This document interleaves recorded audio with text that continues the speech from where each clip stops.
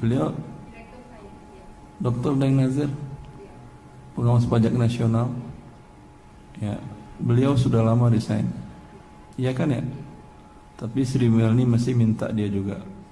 Dia berkali-kali ngomong setiap ketemu saya, sering saya bilang ke Bu Menteri, Ustaz, ini pajak ini zolim, zolim, zolim. Nariknya udah zolim, orang terlambat dikenakan kezaliman baru lagi dengan berlipat-lipat dendanya. Iya kata dia, Ibu. Sering disampaikan ke dia, Ustaz. Tapi ya semoga Allah berikan hidayah kepada dia. Itu adik kelas saya waktu di Amerika, kata dia.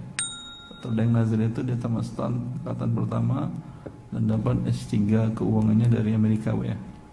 Ya. Dia udah resign lama, tapi kemudian di masa Bambang Brojonegoro itu juga adik kelasnya dia minta, Pak Bambang minta dia untuk menjadi pengawas pajak. Dia minta fatwa saya. Ya, saya katakan, Pak Daeng, kalau Anda kasusnya beda dengan pegawai pajak yang lain. Seperti yang dikatakan oleh Syekh Utsaimin bin Taimiyah, seorang penarik pajak halal bagi dia bekerja dengan syarat satu. Apa syarat satu itu? Dia bisa berfungsi untuk meringankan beban orang yang dizalimi.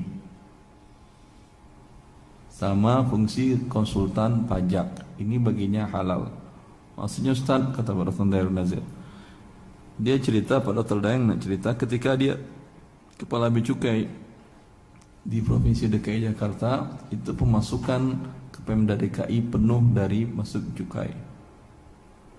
Ya, karena tidak ada orang-orang seperti Gayus di masa dia sebagai kepala kantor pajak. Kalau begitu Anda terus di kantor pajak. Lah, bukannya haram, Ustaz? Iya, karena kalau Anda resign, masuk orang seperti Gayus, akhirnya pendapatan negara atau pemerintah daerah berkurang atau tidak? Ketika kurang, apa yang diterapkan oleh orang-orang zalim ini? Tambah lagi pajak yang lain yang dulu nggak pernah ada pajak. Warung warteg kan dulu nggak pernah ada pajak. Warung Padang kan nggak ada pajak. Karena orang-orang zalim ini, wah kurang uang gua nih. Tambah pajak yang lain yang nggak pernah pajak pun dipajak. Maka di sini fungsi Anda bisa mengurangi kezaliman. Itu dia sekarang sebagai ketua kepala pengawas pajak nasional membuat undang-undang pajak, bisa dia mengurangkan bagaimana menyelamatkan kezaliman terhadap rakyat Indonesia dengan cara beberapa poin-poin undang-undang yang bisa dia batalkan. Ini kalau begini Anda wajib bekerja di sini karena mengangkatkan kezaliman, minimal mengurangi kezaliman.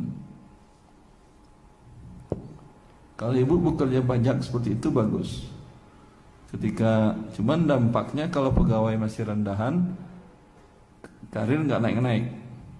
Karena setiap Anda disuruh narik pajak, Anda bilang, oh enggak pajaknya bagus, nggak apa-apa. Padahal dia bermasalah. Artinya bagaimana Anda menyelamatkan orang yang dizalimi itu boleh. Tapi bagaimana Anda menarik sebanyak-banyaknya sehingga membahagiakan negara si tukang zalim, berarti pekerjaan Anda adalah sebagai a'wanus sultan tadi, pembantu orang yang zalim, hukumnya berdosa. Tapi kalau membantu orang yang dizalimi seperti konsultan pajak, dia membantu siapa? Membantu negara atau membantu wajib pajak? Orang terzalimi atau tidak itu? Nah, ini bagus kerjanya. Pindah aja Bu jadi konsultan pajak.